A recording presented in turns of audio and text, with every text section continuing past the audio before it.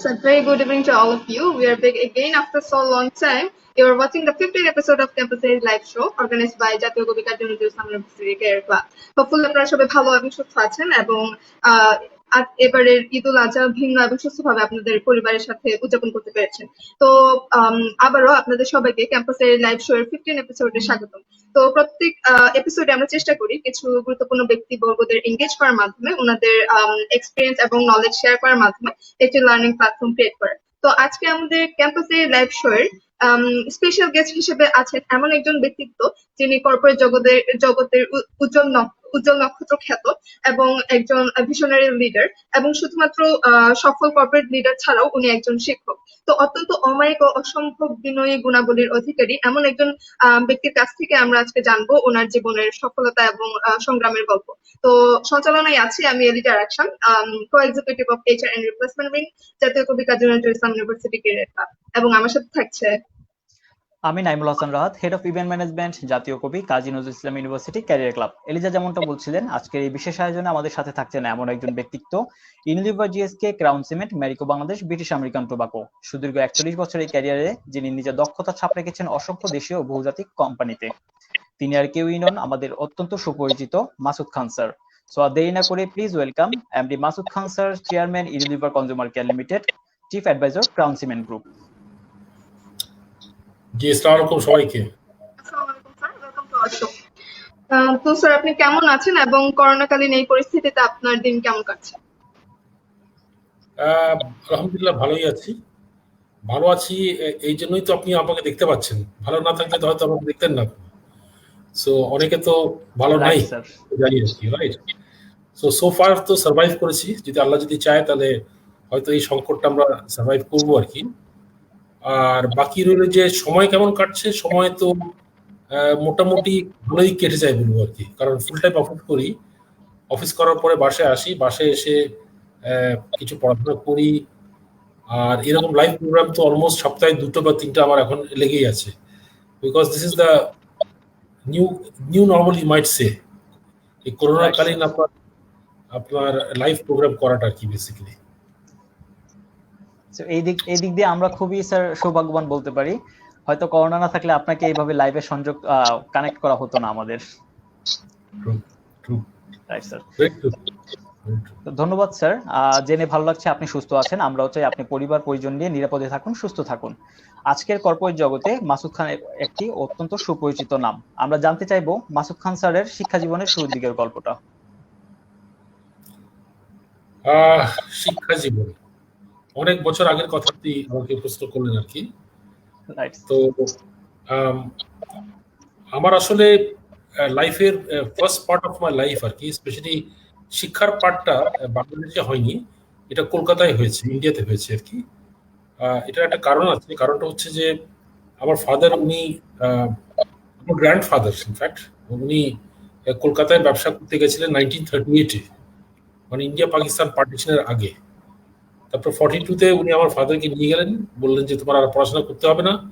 উনি তখন ক্লাস 6-এ পড়ছিলেন, বলে আর পড়তে হবে না, তুমি এখন এসে ব্যবসা করো, আমি পাকিস্তান ফিরে যাব। তারপরে 47-এ যখন পার্টিশন হলো, তখন আমার ফাদারকে জিজ্ঞেস করা হলো যে তুমি কি ইন্ডিয়ান ন্যাশনালিটি নেবে নাকি তুমি পাকিস্তানে থাকবা?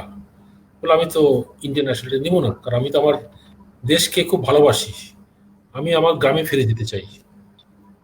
সো উনি পরে পাকিস্তানি হিসেবেই কলকাতায় থাকতেন আর কি। এবং সেই সুবাদে আমাদের ভাই বোন আমরা যারা ছিলাম, 2 ভাই 4 বোন, আমাদের সবারই লেখাপড়া আপনার কলকাতাতে হয়েছে আর কি। সো আমি lucky in the sense that যে স্কুল যে কলকাতায় যেটাতে পড়েছিলাম এবং কলেজ যেটা আর কি, এটা বেশ নামকরা দুটো স্কুল এবং কলেজ আর কি। স্কুলটা, ওটার নাম হচ্ছে ডনবস্কো। ডনবস্কো একটা ক্যাথলিক স্কুল আর কি, অল ওভার ইন্ডিয়া তাদের ব্রাঞ্চ আছে আর কি, এবং বেশ নাম করা। ওই সময়তে মানে অ্যাডমিশন পাওয়াটা অনেকটা দুষ্কর ছিল বলতে পারেন আর কি। যাই হোক, আই ওয়াজ ভেরি লাকি যে পেয়ে গেছিলাম আর কি। তো ক্লাস 8-এর ঘটনা নিয়ে আমি শুরু করব, যে কারণ আমাদের সময়তে যেটা ছিল যে আপনাকে ডিসাইড করতে হতো যে আপনি কি সায়েন্স পড়বেন নাকি কমার্স পড়বেন, এটা ক্লাস 8-এ আমাদের ডিসিশন নিতে হতো। এখন তো সেটা সিচুয়েশন নাই, আগে ছিল ওটা। তো ওই সময়তে আমার স্যার একটা আমাদেরও হ্যাঁ, মানে সরি বলেন। স্যার, আমাদেরও মানে এইটার পরে নেওয়া লাগে আর কি এই ডিসিশনটা, science commerce background arts. But মানে ডিপেন্ডস আপন আপনি কোন ক্যারিকুলামে পড়ছেন, কারণ যারা ধরেন ও লেভেলে পড়ে বা বা এডএক্সেলে যারা পড়ে আর কি, তাদের কিন্তু ওই ডিসিশনটা নিতে হয় না। হয়তো মানে আমাদের বাংলাদেশি মিডিয়ামে হয়তো সেটা করে আর কি, কিন্তু আমাদের সময় তো আমি তখন সিনিয়র কেমব্রিজ পড়েছিলাম, তখন ইউনিভার্সিটি অফ কেমব্রিজ আন্ডারে ছিল। আমাদের নিয়ম ছিল ক্লাস 8 ডিসাইড করতে হবে। এখন কিন্তু সেই নিয়মটা নাই। এখন হচ্ছে ও লেভেল বা এ লেভেল করলে আপনি পরে যেটা ইচ্ছা আপনি করতে পারেন, কোনো সমস্যা আপনার হবে না আর কি আপনার। বাট বাংলা হয়তো এখানে হয়তো সেই সিস্টেমটা আছে আর কি। তো ওই সময়তে একটা মানে মানে আমার লাইফের আসলে শুরুটাই ছিল ওই ডিসিশন নিয়ে, ইন দ্য সেন্স দ্যাট আমার মোটামুটি মার্কস খুব ভালোই ছিল, সায়েন্স আমি খুব সহজেই নিতে পারতাম, তবে আমি ডিসাইড করেছিলাম যে আমি কমার্সেই যাব। কারণ ওই সময়তে একটা কোয়ালিফিকেশন ছিল ইন্ডিয়াতে, যেটা বাংলাদেশে এখন আছে, সেটা হচ্ছে chartered accountancy. So chartered accountancy কেন সিলেক্ট করলাম, কারণ আমাদের সময়তে আপনার পাসের হারটা ছিল খুব কম। মানে 100 জন যদি অ্যাপিল করে তাহলে 2 জন পাস করতো, বাকি 98 পাস করতো না। এবং এই কারণেই আপনি দেখতেন যে অনেক বুড়া বুড়া অ্যাকাউন্টেন্ট আছে যারা ভালো ভালো চাকরি করছে কিন্তু পাস করছে না আর কি আপনার। তো ওইটা ছিল ক্লাস 8-এর আমার ডিসিশন। এবং এরপরে তো আমি স্কুলে আমি যখন আমাদের পরীক্ষা হলো, ক্লাস 11 আমাদের ছিল সিনিয়র কেমব্রিজ, তো তখন ওয়েস্ট বেঙ্গলে মোটামুটি একটা স্ট্যান্ড করেছিলাম আর কি আপনার। আপনি শিক্ষার কথা যেহেতু তুললেন আর কি, আসলে আমরা শিক্ষা জীবনটা যেটা বলে থাকি, আমরা যদি শুধু পাঠ্যপুস্তক নিয়ে কথাটা বলি তাহলে আসলে আমি মনে করি যে এটা পরিপূর্ণ হবে না আর কি আপনার। কারণ life is all about learning as a whole person, not just books আর কি আপনার। এবং আমি মনে করি যে বর্তমান যে সিচুয়েশনটা এবং আমাদের সিচুয়েশনের মধ্যে এটাই তফাৎ ছিল, যে আমরা আসলেই একটা অলরাউন্ড একটা আমরা মানে একটা এক্সপিরিয়েন্স আমরা গ্যাদার করতাম। কিরকম, যে ধরেন আমাদের বাংলাদেশে যে স্কুল যেগুলো আছে, ম্যাক্সিমাম স্কুল দেখবেন যে একটা একটা বিল্ডিং, একটা আর কিছুই নেই আপনার। পুরোনো যে কটা স্কুল আছে তাদের হয়তো প্লেগ্রাউন্ড আছে, কিন্তু বাকিগুলো কোনো প্লেগ্রাউন্ড বলতে কোনো কিছুই নাই আপনার। কিন্তু আমাদের সময়তে যেটা ছিল যে প্রত্যেকটা স্কুলে অনেক বড় বড় প্লেগ্রাউন্ড ছিল, এবং এই কারণে খেলাধুলা আমাদের একটা পার্ট অফ আওয়ার লাইফ ছিল আপনার। খেলার সময় তো আমরা অবশ্যই খেলতাম, এবং আমি কোনো খেলা বাদ দিইনি আপনার স্কুলে। আপনার ফুটবল থেকে নিয়ে, ক্রিকেট থেকে নিয়ে, hockey, basketball, carrom, table tennis, মানে যা বলেন, ব্যাডমিন্টন থেকে নিয়ে সবই খেলতাম। Everything I to enjoy doing a lot আর কি আপনার। এটা ছিল একটা first one part of my শিক্ষা বলবো আর কি। এবং একটা জিনিস মনে রাখবেন যে এই খেলাধুলা জিনিসটা আসলে it makes a big difference in our life, in the sense that আজকাল ধরেন কর্পোরেট লাইফে আমরা বলি না একটা কথা, যে টিম বিল্ডিং, অর্থাৎ ধরেন আমরা অনেকগুলো লোক একটা চাকরি করছি, কিন্তু আমাদের মধ্যে সেই ক্লোজনেসটা নাই। এই ক্লোজনেস ডেভেলপ করার জন্য আজকাল যেটা করে যে ম্যাক্সিমাম কোম্পানিগুলো একটা জিনিস বলে টিম বিল্ডিং। টিম বিল্ডিং মানে হচ্ছে যে সবাইকে একটা পার্টিকুলার ডিপার্টমেন্ট বা একটা কোম্পানির অনেকগুলো সিলেক্টেড লোককে আমরা বাইরে কোথাও পাঠিয়ে দিলাম, বাইরে পাঠিয়ে তাকে 2-3 দিন তাদেরকে একসাথে রাখলাম, ওখানে খেলাধুলা ওরা তারা ইন্টারাক্ট করলো, অনেক কিছু আউটডোর এক্সারসাইজ করলো, করে একটা বন্ডিং হয়ে যায়, বিকজ তখন একটা পার্সোনাল লেভেল একটা জানাশোনা হয়ে যায়। তো খেলাধুলা করাটা এটা একটা বড় একটা দিক। আমি বলবো যে এই খেলাধুলা করলে আলটিমেটলি আপনার যে টিমমেটস যারা আছে তাদের সাথে একটা আপনার পার্সোনাল একটা বন্ডিং হয়ে যায়, এই যে ফ্রেন্ডশিপটা ডেভেলপ করে, এটা কিন্তু সবসময় কাজে লাগে। এছাড়া যেটা আমাদের আরেকটা কয়েকটা জিনিস ছিল যে আমাদের বই পড়াটা আসলে একটা নেশার মতন ছিল, একটা অনেকটা গল্পের বই আর কি। কারণ আমাদের সময়তে ধরেন এত কোনো অ্যাট্রাকশন আমাদের ছিল না, না ছিল কম্পিউটার, না ছিল টেলিভিশন, কোনো কিছু, মোবাইল তো ছিলই না অফকোর্স। তো এই কারণে আমাদের একমাত্র অ্যাট্রাকশন ছিল বই পড়া, গল্পের বই পড়া। এবং এটা আমি মনে করি যে একটা বড় ইনভেস্টমেন্ট ইন লাইফ আর কি, কারণ এই গল্প বই থেকে আমাদের অনেক কিছু শিক্ষণীয় আছে আর কি, যেটা আমাদের ভবিষ্যৎ লাইফে আমাদের কাজে দেয়, specially in terms of communication skills আর কি আপনার। সো শিক্ষা জিনিসটা আসলে আমাদের একটা পুরো আঙ্গিকে আমাদের দেখা উচিত, নট জাস্ট টু সি যে লেখাপড়া নিয়ে আর কি আপনার। লেখাপড়া একটা পার্ট, বাট এছাড়া আমাকে অনেক কিছু পার্ট, আমরা two be A full person আমাদের এটা দেখা উচিত। তো যাই হোক, আমার স্কুল তো পাশ করলাম, ক্লাস 11 তখন ছিল। এরপরে ভর্তি হলাম একটা কলেজ যেটা এখনো আছে ইন্ডিয়াতে, কলকাতায় আছে, বেশ নামকরা ইউনিভার্সিটি, সেন্ট জেভিয়ার্স কলেজ ওটার নাম, এখন তার ইউনিভার্সিটি করে ফেলছে ওটাকে। সো ওখানেই ভর্তি হলাম। এবং মজার ব্যাপার ছিল যে আমি যেহেতু অনার্স পড়তাম, বিকম অনার্স পড়তাম, তো ওইখানে আমাদের ক্লাস ছিল সকালে 6টার সময়, 6টা থেকে 9:30 আমাদের ক্লাসটা হতো, অ্যাজ আর্লি অ্যাজ দ্যাট আর কি। সো মানে 5টার সময় উঠে আমাকে দৌড়াতে হতো আমার ইউনিভার্সিটিতে আর কি। এবং 9:30টার সময় ক্লাস করে বাসায় এসে একটু খেয়ে দিয়ে তারপরে গিয়ে আমার বাবার দোকানে গিয়ে বসতে হবে। দিস ওয়াজ মাই লাইফ আর কি বেসিক্যালি। সো এরপরে যখন ইউনিভার্সিটি শেষ করলাম আর কি, 1975 আর কি, আপনার 1975 আমি টকিং অ্যাবাউট, তখন আমি একটা ফার্মে ভর্তি হলাম, কারণ চার্টার্ড অ্যাকাউন্টেন্সি পড়ার জন্য আপনার একটা ফার্মে ভর্তি হতে হয়, যেটার নাম ছিল প্রাইস ওয়াটার হাউস, যেটা এখনো টপ 4-এর মধ্যে আছে ওয়ার্ল্ডে আর কি। আপনার ওই সময়তেও প্রাইস ওয়াটার হাউস ছিল কলকাতাতে আপনার। তো পাশাপাশি আমি যেটা করেছিলাম যে দুইটা প্রফেশনাল কোয়ালিফিকেশন, একটা ছিল চার্টার্ড অ্যাকাউন্টেন্সি, যেটা আমি আগে থেকে ডিসাইড করেছিলাম, একই সাথে আমি কস্ট অ্যান্ড ম্যানেজমেন্ট অ্যাকাউন্টেন্সি এটাও একসাথে স্টার্ট করেছিলাম। সো আমি ফার্মে ভর্তি হলাম অক্টোবর 75-এ, আমার এখনো মনে আছে। জুন 76-এ ফার্স্ট আমি গ্রুপ 1 দিলাম, আইসিএম, ইন্ডিয়া আইসিএমটা, ওটা পাস করলাম। তারপর ডিসেম্বরে 6 মাস পর আরেকটা পরীক্ষা দিলাম, গ্রুপ 2 অফ ইন্টারমিডিয়েট অফ আইসিএমএ, ওটাও আলহামদুলিল্লাহ পাস করলাম। তারপরে 5 মাস পরে আপনার চার্টার্ড অ্যাকাউন্টেন্সি যেটা ছিল ওটার আমি ইন্টারমিডিয়েট পরীক্ষাটা দিলাম। ইন্টারমিডিয়েটটা আসলে আমাদের সময়তে যেটা ছিল যে আমাদের 9টা পেপার ছিল, এবং প্রত্যেকটা পেপারে আপনাকে পাস করতে হবে ইন ওয়ান সিটিং। একটা পেপার যদি আপনি ফেল করেন, তো পাস মার্ক ছিল 50%, তাহলে ইন দ্যাট কেস আপনাকে আবার এপিয়ার করতে হবে। এই কারণেই কিন্তু মানুষ ম্যাক্সিমাম টাইম পাস করতো না।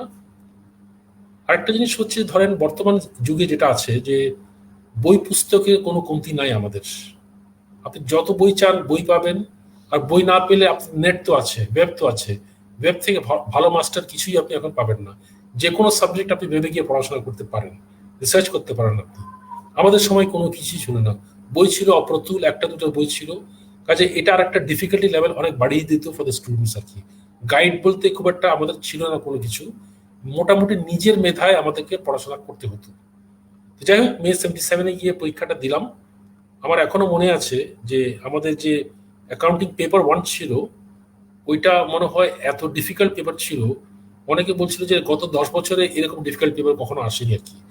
এবং আমরা সবাই হল থেকে বেরিয়ে কান্নাকাটির মতো করছিলাম যে মনে হয় আর চার্টার্ড অ্যাকাউন্টেন্সি পরীক্ষা দিতে হবে না। This was my first experience আর কি আপনার। যাই হোক, আলহামদুলিল্লাহ বাকি সব পেপারগুলো দিলাম আর কি। তার 1 মাস পরে আমি গিয়ে আইসিএম এর থার্ড গ্রুপটা দিলাম। So you can understand in 1.5 months, 1.5 years আর কি আপনার ইন্টারমিডিয়েটের দুটোই আমি একসাথে করলাম আর কি আপনার। তারপরে অগস্টে গিয়ে আপনার আমাদের চার্টারের রেজাল্টটা বেরোলো আর কি। তো অনেক ভয়ে ভয়ে ছিলাম যে কি হবে রেজাল্টটা, বিকজ অবভিয়াসলি পেপার 1টা খারাপ হয়েছিল। বাট আলহামদুলিল্লাহ আমি বলবো যে Allah was very merciful, very kind. In fact আমার রেজাল্টটা খুবই ভালো ছিল, মানে অল ইন্ডিয়া লেভেলে আমি সেকেন্ড এসেছিলাম আর কি আপনার ওই সময়তে। এবং সেই সময় তো আমাদের প্রায় অলমোস্ট 8 to 10,000 স্টুডেন্টস আমরা অল ইন্ডিয়া লেভেলে পরীক্ষা দিয়েছিল আর কি আপনার। সো এটা ছিল আমার ইন্টারমিডিয়েট অভিজ্ঞতা। এরপরে গিয়ে ফাইনাল এক্সামে একই জিনিস। ফাইনাল এক্সামের যেটা ছিল যে আমি দুইটা গ্রুপ অফ আইসিএম একসাথে দিলাম। এরপরে ডিসেম্বরে গিয়ে নভেম্বর 1978-এ গিয়ে চার্টার্ডের ফাইনালে 3টা গ্রুপ একসাথে দিয়েছিলাম। 3টা গ্রুপের 9টা পেপার ছিল, কারণ গ্রুপ ওয়াইজ নর্মালি দিত মানুষ, কিন্তু গ্রুপ ওয়াইজ দিলে আপনি র্যাঙ্ক পাবেন অল ইন্ডিয়া লেভেলে। সো সেই সূত্রে আমি 3টা গ্রুপ একসাথে দিয়ে দিয়েছিলাম। এবং এরপরে একই সাথে আমি যে কস্ট অ্যান্ড ম্যানেজমেন্ট অ্যাকাউন্টেন্সির ওইটা 2টো গ্রুপ একবার দিলাম, আর একটা পেপার দিলাম ফাইনালে দিয়ে। So I crossed all of them. So মোটামুটি 3 বছরের মধ্যে আমার লেটস সে এই দুটো প্রফেশনাল কোয়ালিফিকেশন আমি কমপ্লিট করে ফেলেছিলাম আর কি। So this was my journey in terms of my educational career in very very short আর কি। তো এতক্ষণ ধরে আমরা মাসুদ খান স্যারের শিক্ষা জীবনের যে ইতিহাস সেটা আমরা শুনছিলাম। তো আমি এই মুহূর্তে আমাদের যে অডিয়েন্স আছে ওনাদের মনে করিয়ে দিতে চাই, যদি কোনো কোয়েরিজ বা কোনো কিছু জানা থাকে অথবা কোনো কিছু শেয়ার করা থাকে তাহলে অবশ্যই কমেন্ট সেকশনে যেয়ে আমাদের জানিয়ে দিবেন। তো স্যার এই মুহূর্তে আমি আপনার কাছে প্রশ্ন করতে যাচ্ছি যে আপনার ক্যারিয়ারের একেবারে শুরুর থেকে জানি এবং 4 দশকের কর্পোরেট ক্যারিয়ারে উল্লেখযোগ্য কিছু ডিফিকাল্টিস যা আপনি ফেস করেছেন এবং সেগুলো আপনি কিভাবে ওভারকাম করেছেন, এই গল্পটা যদি। তো আমি পাশ করার পরে ইনফ্যাক্ট ইন্ডিয়াতে বেশ কয়েকটা ইন্ডিয়াতেই কোম্পানিতে অফার পেয়েছিলাম, কারণ অল ইন্ডিয়া লেভেলে আমার র্যাঙ্ক ছিল। পরে আমি ইন্ডিয়াতে থাকিনি, আমি পাশ করার পরপরই বাংলাদেশে আমি এসে গেলাম আর কি। 1979 বাংলাদেশে আসলাম। সো জুনের 79 জুনে আমি চিটাগং গেলাম, কারণ চিটাগং থেকে আমাদের ইনফ্যাক্ট সবাই চিটাগং আর কি, আত্মীয় স্বজন সব চিটাগংয়ে। সো ওইখানে গিয়ে আমি জেমস ফিনলে বলে একটা কোম্পানিতে জয়েন করলাম। যে জেমস ফিনলেতে টি ডিভিশন যেটা ছিল ওইখানে, ওই সময় তো টি ডিভিশন ছিল। জেমস ফিনলেতে বেশ নাম করা company in terms of tea আর কি, tea estates. Is UK base company, ওই সময় তো ইউকে বেস কোম্পানি ছিল। পরে তো এটা বাংলাদেশে ডানকান ব্রাদার্স কিনে ফেলেছে ওটাকে। তো ওখানে 3 মাস আমি ছিলাম as tea accountant, looking after all the tea gardens আর কি।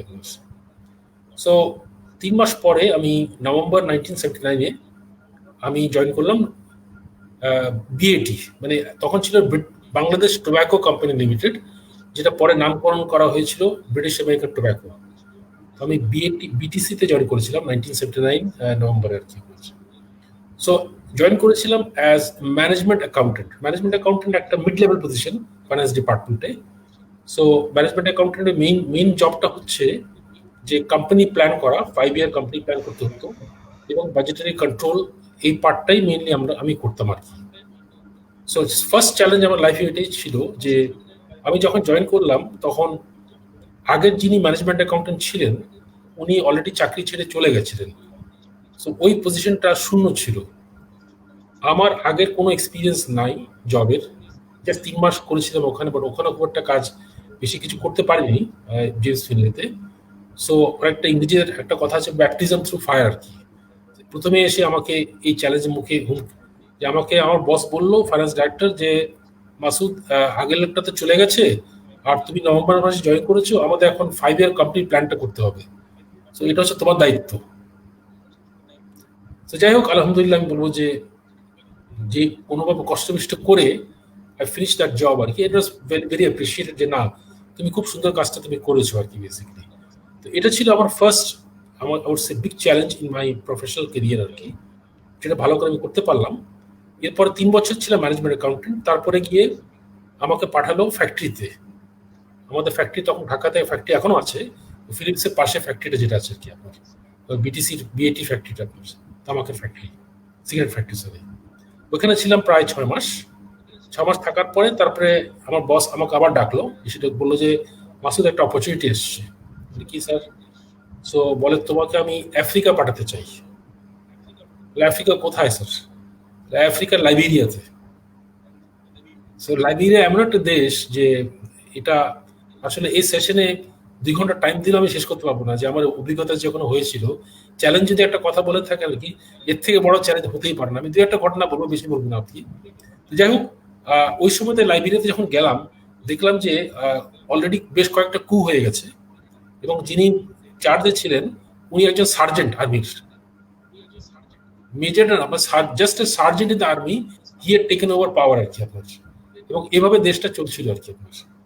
সো যাই হোক, দু একটা ঘটনা বলবো, বেশি বলবো না আর কি আপনার। সো ওইখানে আপনার বাংলাদেশে আমি যখন ছিলাম আমরা শুনতাম যে কারাপশন আছে আর কি, কিন্তু ওইখানে গিয়ে কারাপশনের মাত্রাটা যে কিরকম ওখানে গিয়ে আমি বুঝতে পারলাম আর কি। একটা ঘটনা বলি আপনাকে, যে অফিসে বসে আছি, তো একটা ইনভয়েস একটা আসলো। তো ওখানে লেখা আছে সিএনএফ এজেন্টের আর কি, সিএনএফ এজেন্টের যে $200 মিসলিনিয়াস চার্জ। তো আমি বললাম যে এই $200 যেটা আছে এটা মিসলিনিয়াস চার্জ কিসের? বলে স্যার এই টাকাটা লাগে ওখানে পোর্টে ক্লিয়ার করার জন্য, এই টাকাটা লাগে। তাহলে আমি বিশ্বাস করি না। ঠিক আছে, একটা কাজ করে চলেন, আপনি ওর সাথে চলেন, সিএনএফ এজেন্ট বলবেন। গেলাম, দেখলাম বিরাট একটা হল, 10 জন লোক দাঁড়িয়ে ওখানে বসে আছে। সো 10টা সিগনেচার লাগবে একটা কাগজের মধ্যে, বিল অফ এন্ট্রিতে। সো ফার্স্ট ডেস্কে গেল, ও উপর দিকে তাকালো, তাকে $20 দিব। এইভাবে 10টা টেবিল ঘুরলো, $20 করে 10টা টেবিলে দিয়ে $200 চলে গেল। This was my first is all about আর কি আপনার। এরপরে তো রাস্তাঘাটে যখনই ড্রাইভ করছেন প্রায় সময় পুলিশ আপনাকে থামিয়ে দিয়ে বললো যে ভাই তুমি একটা অফেন্স ক্রিয়েট করেছো। বলে কিসের অফেন্স? বলে এই অফেন্স দ্যাট অফেন্স। লাস্টে কিছু টাকা দিলে সে আপনাকে ছেড়ে দেবে আর কি। এটা ছিল সাইবার, এটা প্রায় ছিল। ফ্যাক্টরিতে বসে আছি, হঠাৎ করে দেখি যে একটা লোক এসছে, হেলথ ইন্সপেক্টর এসছে। কেন এসছে? ও ইন্সপেকশন করবে ফ্যাক্টরি। ও সারা ফ্যাক্টরি ঘুরে ঘুরে এদিকে কিছু বার করে দিয়ে বলবে যে তোমার এই সমস্যা ওই সমস্যা। লাস্টে গিয়ে তার সাথে সেটেল করো আর কি। একটা লাস্টে একটা ঘটনা বলি। আমাদের পাশের দেশ ছিল সিয়েরা। আমি ছিলাম লাইবেরিয়াতে, লাইবেরিয়ার পাশের দেশ ছিল সিয়েরা। তো আমরা কিছু তামাক এক্সপোর্ট করেছিলাম লাইবেরিয়া থেকে সিয়েরা। তো কিছু তামাক এক্সপোর্ট করার পরে বিল অফ এক্সপোর্ট বিল যেটা থাকে ওখানে আমি সাইন করেছিলাম। তো কিছুদিন পরে একটা লোক আসলো, বলে স্যার আপনার সাথে একজন দেখা করতে চাই। কোথেকে এসছে? মিনিস্ট্রি অফ রেভিনিউ থেকে এসছে, মানে ফাইন্যান্স মিনিস্ট্রি থেকে এসছে। কি ব্যাপারে? বললেন যে যিনি হেড ফাইন্যান্স চিফ, ওনার সঙ্গে আমি দেখা করতে চাই। ডাকো, আসতে বলো। Well, are you Mr. Masood Khan? I said, yes, I'm Mr. Khan. Why? Well, is this your signature in the bill of entry, in the export bill? I said, yes, it's my signature. Why? Well, did you export some tobacco to Sierra Leone? I said, yes, we exported.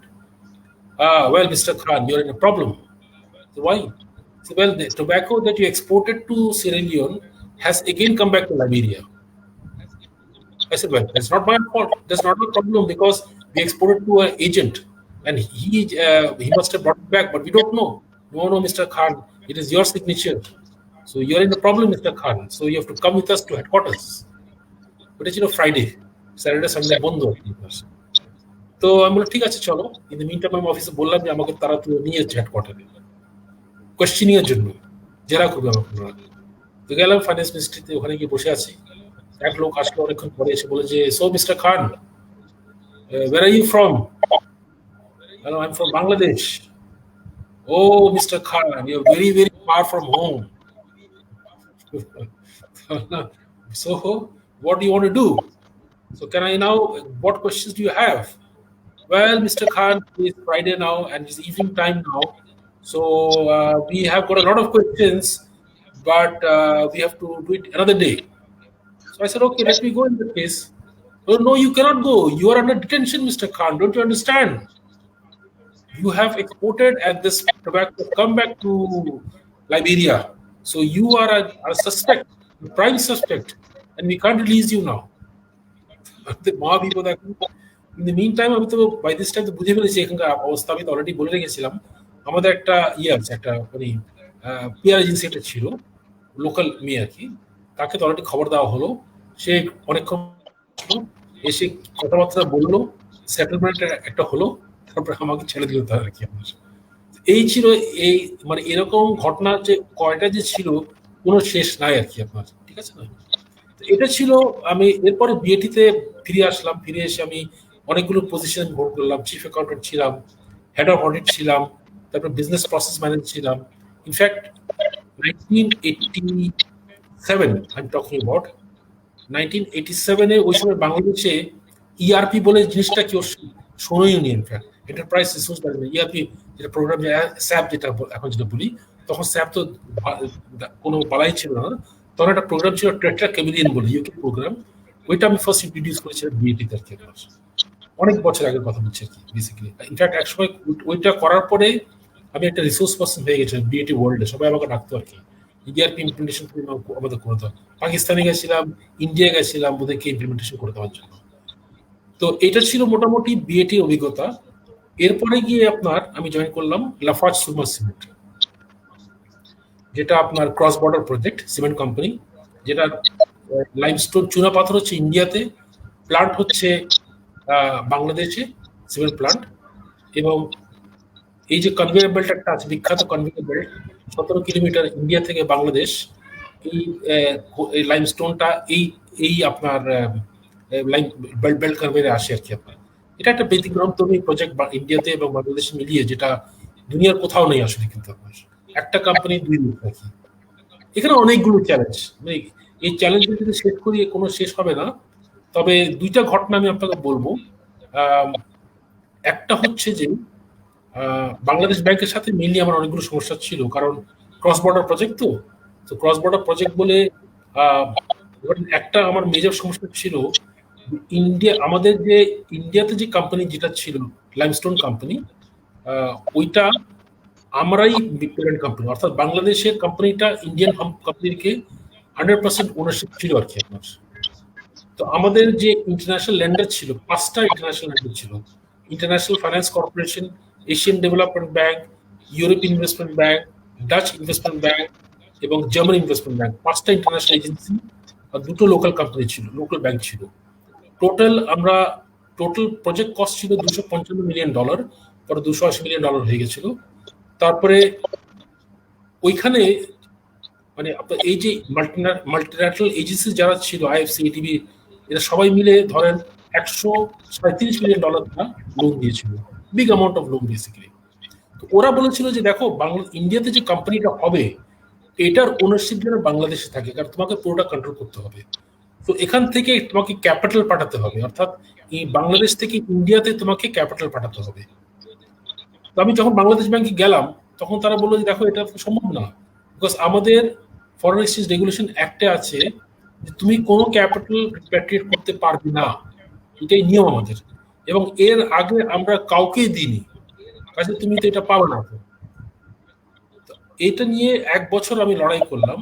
লাস্টে গিয়ে আমি তাদের বললাম, দেখো তুমি যদি এই loan আমাকে যদি এই ক্যাপিটাল ফ্লোটা অ্যালাউ না করো, তুমি এটাও মনে রাখবা যে তোমার যে বাংলাদেশে আজকে $137 million loan plus $60 million equity, যেটা ফরেন স্পন্সররা পাঠাবে, $200 মিলিয়ন টাকাটা, এই $200 মিলিয়ন টাকাটা তুমি আজকে পাবে না, কারণ প্রজেক্টটাই হবে না ইন্ডিয়াতে যে টাকা না পাঠাতে পারি। ইন্ডিয়াতে আমাকে পাঠাতে হচ্ছে সব মিলিয়ে লোন এবং ইকুইটি মিলিয়ে $27 মিলিয়ন। তাহলে 200 থেকে $27 মিলিয়ন যদি বাদ দাও, বাকিটা তোমার কিন্তু বাংলাদেশে আজকে আসছে না। আচ্ছা, তোমার তো কোনো সমস্যা নেই, আমি তো টাকা এনে ওখান থেকে একটা পোর্শন দিচ্ছি। তো এই যুক্তি পরে তারা মানলো, মেনে আলটিমেটলি আমাকে অ্যালাউ করলো। এরকম অনেকগুলো ঘটনা আমার ছিল আর কি। আমার এই ক্যারিয়ার আরো বেশ অনেক ঘটনা আছে আর কি, আমি এখন সময় অল্পতে আমি বলতে পারছি না আর কি। বাট এরপরে তো আমি ছিলাম 18 বছর ছিলাম আপনার, ইনফ্যাক্ট বিএটাতে ছিলাম 20 বছর, আর লাফার্জে ছিলাম 18 বছর। তো লাস্টে গিয়ে আমি ডিসাইড করলাম যে মাল্টিন্যাশনাল কোম্পানিতে অনেক চাকরি করলাম, একটু অন্যদিকে ফ্লেভারটা দেখি একটু আর কি। তখন লোকাল কোম্পানি থেকে জয়েন করলাম, যেটা গ্রাউন্ড সিমেন্ট গ্রুপে আর কি, এস সিও। এখানে 2 বছর ছিলাম সিও। পরে দেখলাম যে না, লোকাল কোম্পানিতে আসলে এমএনসি থেকে এসে চাকরি করা is not my cup of tea আর কি। তো লাস্টের চেয়ারম্যান আমাকে বলে, না তুমি একটা কাজ করো। আমি বললাম ছেড়ে দেবো। বলো না, তুমি ছাড়তে পারো না, তুমি আমার চিফ অ্যাডভাইজার হয়ে যাও, তুমি ডে টু ডে তোমার কিছু দেখার দরকার নেই, বাট তুমি আমাকে অ্যাডভাইস করবে অন বিজনেস প্রসেস ইস্যুস এবং অনেক কিছু ইস্যু তোমার দরকার আছে। তোমার ঠিক আছে, fine, that I can do, but no day to day issues. So this is in short my life journey as far as career is concerned. Apart from that, in the meantime, যেটা হলো that মানে বেশ কয়েকটা কোম্পানির সাথে আমি জড়িত হয়ে গেলাম আর কি। তার মধ্যে গ্ল্যাক্সোতে আমি ইনিশিয়ালি ছিলাম অ্যাজ ইন্ডিপেন্ডেন্ট ডাইরেক্টর জিএসকে তে, পরে তারা আমাকে চেয়ারম্যান করে দিল।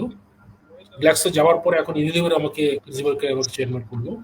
এছাড়াও অলসো বেশ কয়েকটা কোম্পানিতে আমি ডাইরেক্টর হিসেবে বসি আর কি, যেরকম ম্যারিকোতে আছি, তারপরে বার্জার পেইন্টসে আছি, সিঙ্গারে আমি আছি, কমিউনিটি ব্যাংক যেটা পুলিশের ব্যাংক ওটাতে আছি, বিএলআর টেক্স বলে একটা কোম্পানি আছে গার্মেন্টস এবং টেক্সটাইলের, ওইটাতে আমি বোর্ডে বসি আর কি। এই মোটামুটি এখন আমার টাইমটা এভাবেই চলে আর কি, বলতে পারেন।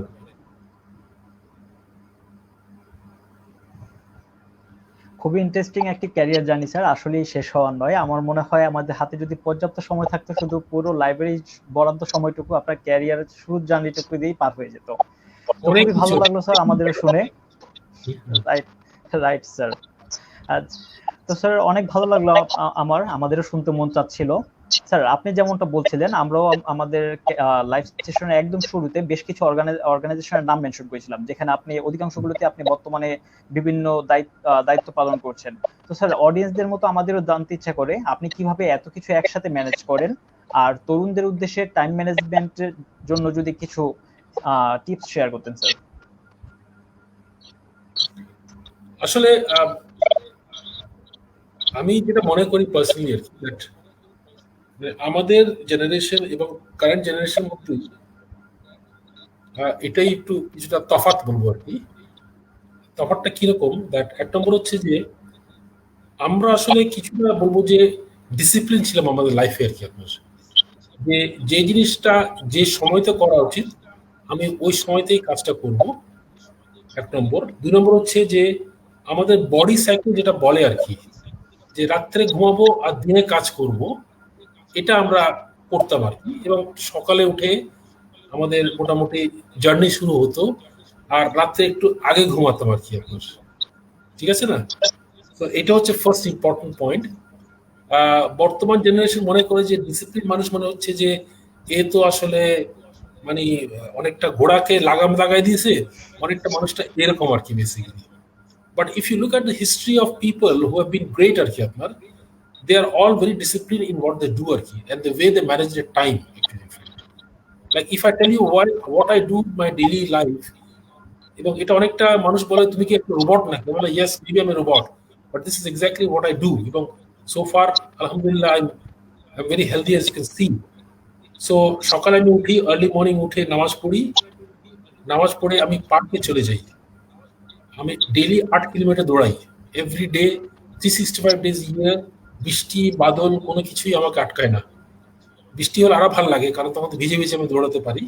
এটা হচ্ছে আমার সকালে আর কি। তারপরে সকালে এসে যে খাবার দাবার খাই, এটাও মানে আজগুবি কিছু কিছু খাবার দাবার আর কি, যেগুলো এখন কোভিড টাইমে আমরা সবাই বলা বলি করি, এসব খাবার আমি অনেক আগে থেকে খাই আর কি আপনার।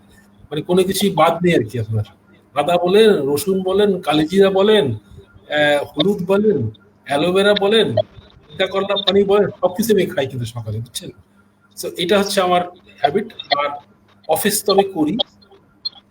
আর এছাড়াও বিকেলে এসে যেটা হয় যে ধরেন কিছু পড়াশোনা করি, সেটা পরে আমি বলবো অবসর সময় কি করি আর কি। আর আমার আরেকটা নেশা রয়ে গেছে, নেশাটা হচ্ছে পড়ানো। এটা আমি গত 40 বছর থেকে করছি আর কি, ইনস্টিটিউট অফ চার্টার্ড অ্যাকাউন্ট্যান্টস বাংলাদেশে।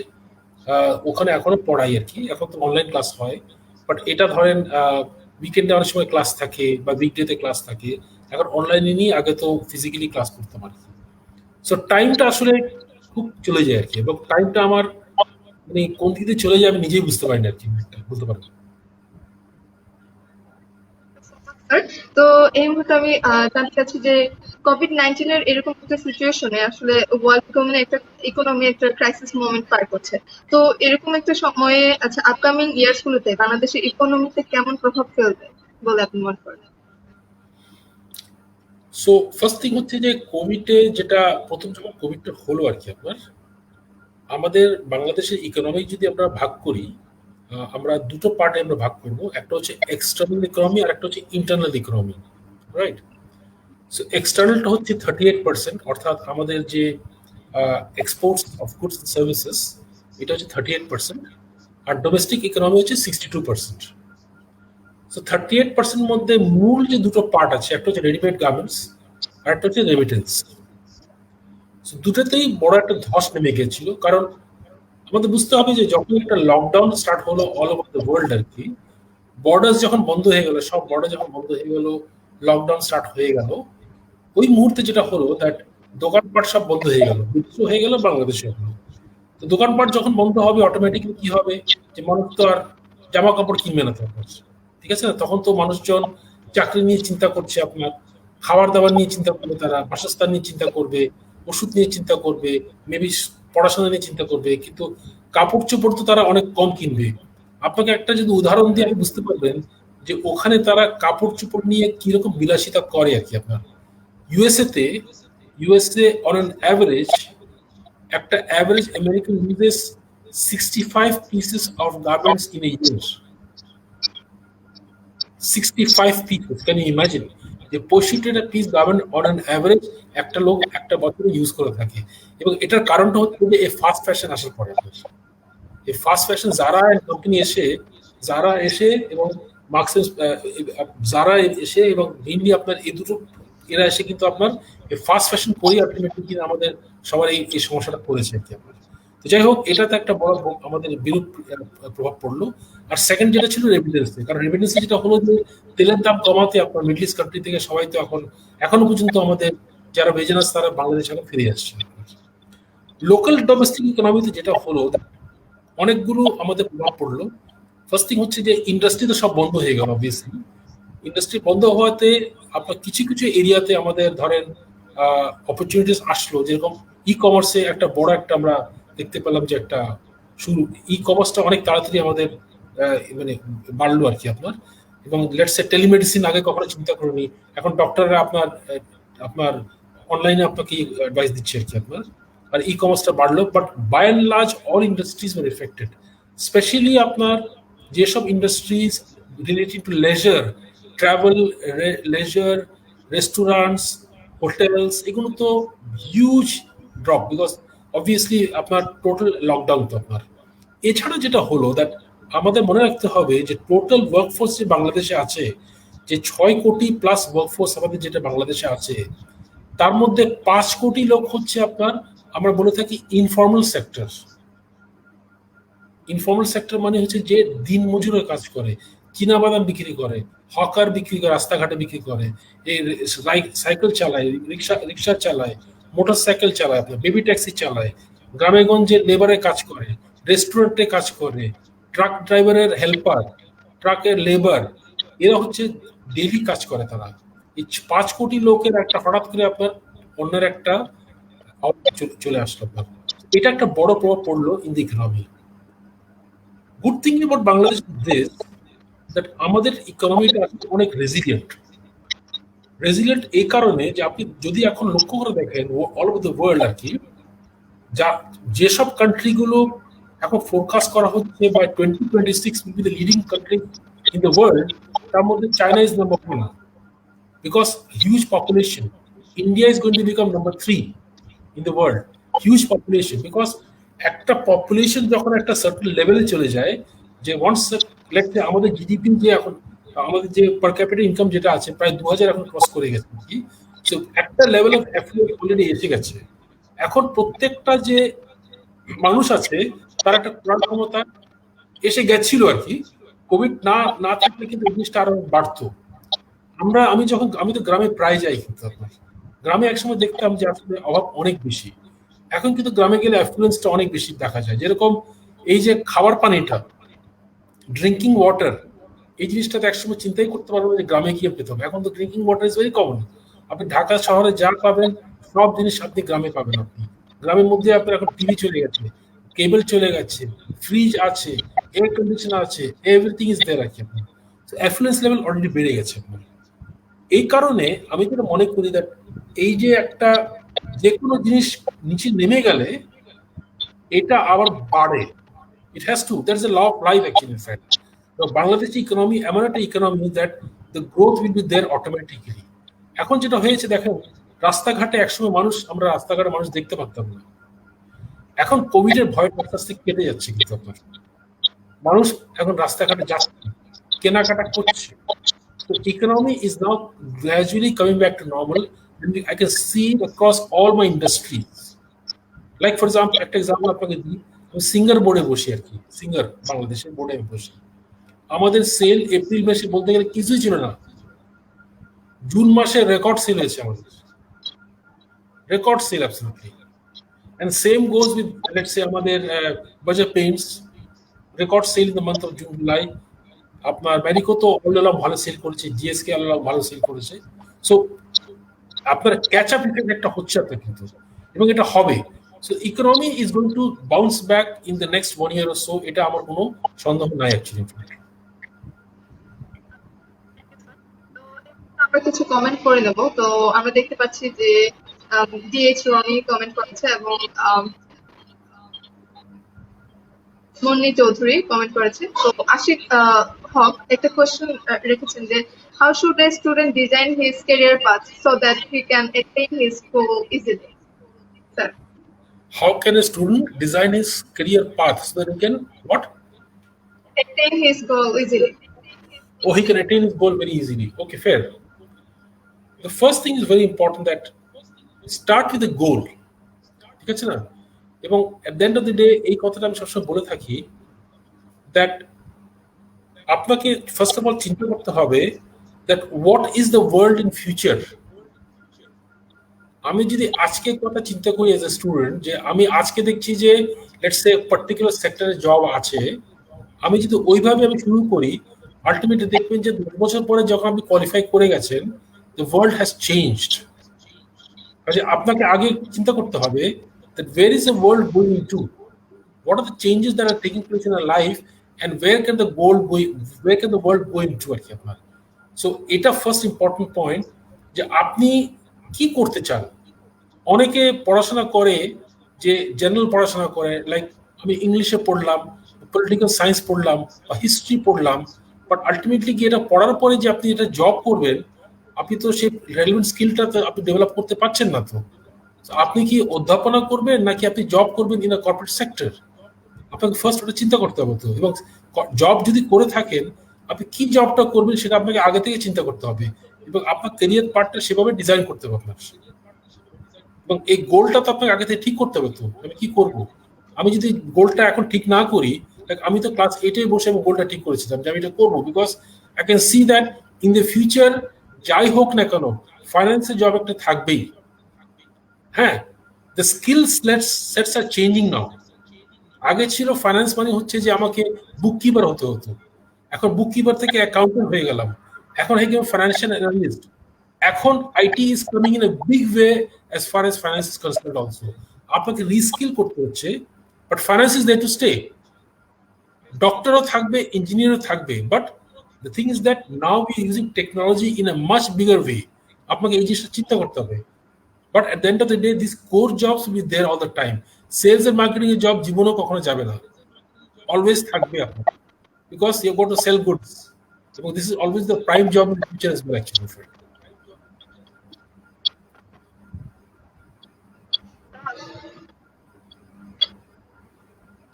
Make sense? ধন্যবাদ স্যার এত সুন্দরভাবে আমাদের মাঝে এই বিষয়টি উপস্থাপন করার জন্য। স্যার, দীর্ঘ লকডাউনের কারণে বেশ কিছু ইন্ডাস্ট্রির অস্তিত্ব এখন অনেকটাই ঝুঁকির মুখে। আমি যদি নাম মেনশন করে বলতে চাই, আমাদের ট্যুরিজম সেক্টর কিন্তু দীর্ঘদিন যাবতীয় লকডাউনের কারণে প্রায় বন্ধ। স্যার, নিউ নরমালের সাথে মানিয়ে নেওয়ার জন্য এইসব ইন্ডাস্ট্রিগুলোর ঘুরে দাঁড়ানোর জন্য বিজনেস স্ট্র্যাটেজিটা কি হতে পারে, আর বর্তমান সিচুয়েশনকে কনসিডার করে সম্ভাবনা কিছু বিজনেস সেক্টর কি হতে পারে আগামী দিনগুলোর জন্য? আসলে একটা জিনিস হচ্ছে, ধরেন মানে আমি ইন্ডাস্ট্রি থেকে প্রথমে ফিরে যাব আমাদের লাইফে আর কি, আপনার ইন দ্য সেন্স দ্যাট আমাদের অলওয়েজ চিন্তা করা উচিত that there will always be a rainy day একটা, ঠিক আছে না, এবং আমার বিপদ আসবেই। এবং এই কারণে ধরেন ইয়াঙ্গার জেনারেশন যারা আছে আর কি, আপনার অনেক সময় তারা যেটা করে যে তারা যা আয় করে আর কি, তার থেকে বেশি ব্যয় করতে তারা চায় আর কি। ক্রেডিট কার্ড নিলাম, মাসে আমি ইনস্টলমেন্টে পেমেন্ট করলাম, সেটেল না করে আর কি, ঠিক আছে না, বিকজ আমাকে ফ্যান্সি টেলিভিশন একটা কিনতে হবে। টেলিভিশনটা কিনেছি, এখন তো আমার আরো সুন্দর টেলিভিশন কিনতে হবে একটা। এই জিনিসটা আসলে প্রথমে আমাদের চিন্তা করা উচিত যে আমাকে অলওয়েজ একটা সেভ করা উচিত কিছু টাকা, বিকজ জব নাও থাকতে পারে আমার, I can lose jobs, I can have many adversities in life. ওই সময়ের জন্য আমার কিছু একটা পুঁজি থাকলে I can survive. The same with industry as well. Industry should have the same mindset as well. যে আমাকে অলওয়েজ চিন্তা করতে হবে দ্যাট আমার ইকোনমি যেরকম বাড়তে পারে, কোনো সময়তে ইকোনমি কমতেও পারে, ইকোনমিক রিসেশন হতে পারে, হঠাৎ করে বড় একটা ফ্লাড হলো, বাংলাদেশে কোথাও না কাছটা আর্থকুয়েক একটা হয়ে গেল, আপনার ডিভাস্টেটিং একটা আর্থকুয়েক হলো, সবকিছু ডাউন হয়ে গেল আপনার, how are you going to survive? আপনাকে অলওয়েজ এই সার্ভাইভাল মেন্টালিটিটা আগে থেকে যারা রেখেছে আর কি, তারা কিন্তু সার্ভাইভ করে যাবে এখন। আর যারা কিন্তু রেকলেসলি ব্যবসাকে বাড়িয়ে ফেলেছে, যে একটা ব্যবসা কিছু করলাম, আমি তো এটা ভালো করেছি, তাহলে আরেকটা ব্যবসা আমি চলে যাই, কারণ যেহেতু এটা ভালো করেছি। এমএনসি কখনো এটা করবে না। MNC always stick to one line of business, they never diversify. অনেকগুলো কারণ আছে, আমি আলাদা সেশন মধ্যে বলতে পারবো, বাট এই কারণে লোকাল কোম্পানিজের এই সমস্যাটা আছে যে দে অলওয়েজ ওভার ট্রেড। একটা ব্যবসায় করে আমি আরেকটা ব্যবসাতে চলে যাবো, বিকজ আমি করি যে ও তো ওটাতে লাভ করছে, আমি কেন লাভ করতে পারবো না? এই যে মেন্টালিটিটা, this is a very bad mentality. আচ্ছা, যেসব কোম্পানিগুলো ধরেন একটু কনজারভেটিভ ব্যবসা করেছে, কোর লাইন অফ বিজনেসে থেকে গেছে, এবং যারা মোটামুটি একটা ক্যাশ একটা তাদের হাতে রেখেছে এবং ক্রেডিট লাইন্স তারা ব্যাংকের সাথে ভালো করে রেখেছে, তারা সার্ভাইভ করে যাবে আপনার।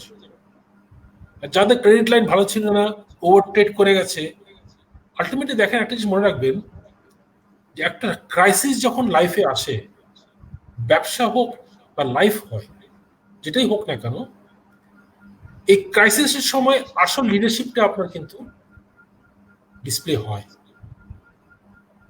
The people who survive in crisis are the best.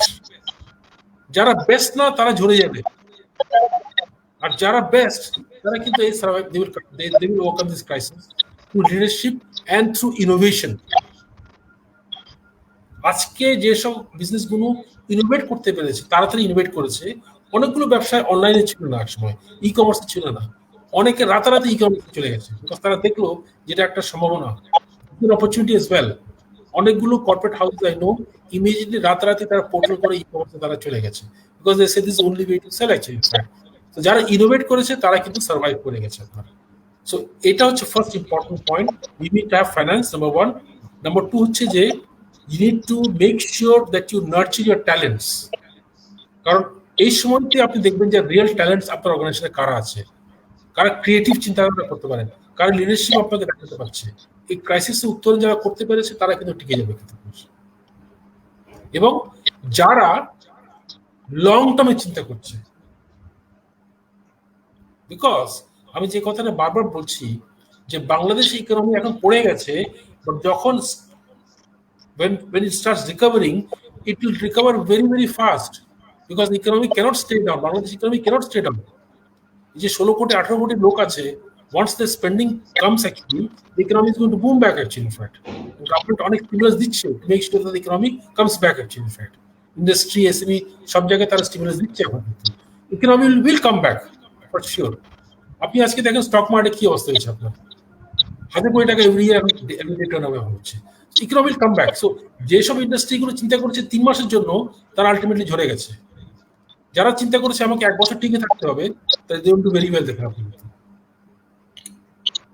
And যে সেকেন্ড কোয়েশ্চেন, যে ফিউচার কোন কোন ইন্ডাস্ট্রি ভালো করবে, আসলে ইন্ডাস্ট্রিতে অনেকগুলো বাংলাদেশে আছে যেগুলো ভালো করবেই, কারণ ওয়ান্স দ্য সিচুয়েশন নর্মালাইজেস, আমাদের যেসব কোর ইন্ডাস্ট্রি যেগুলো আছে, কোর ইন্ডাস্ট্রির মধ্যে তো আর&ডি তো আছেই, বাট এছাড়াও ধরেন এখন অনেক ইন্ডাস্ট্রি যেগুলো খুবই সম্ভাবনাময় আমি বলবো, লাইক একটা হচ্ছে আপনার ফার্মাসিউটিক্যালস, বিকজ আমাদের একটা গ্যাস ট্রিপসের প্রোটেকশন আছে 2033 পর্যন্ত।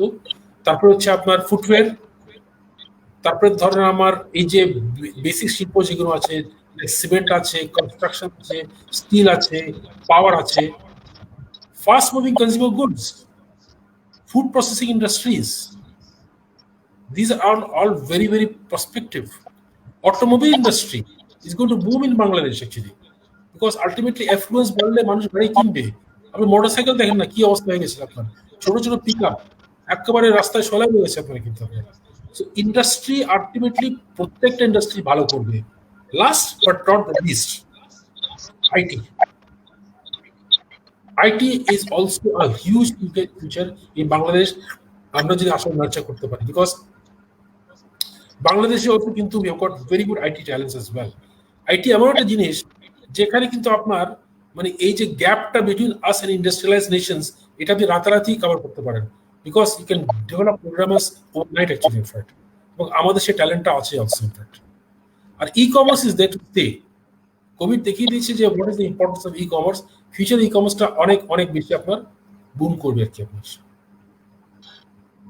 Thank you so much sir. তো এতক্ষণ ধরে আমরা শুনছিলাম যে সম্ভাবনাময় কিছু সেক্টরের কথা আমরা মাত্রই শুনলাম।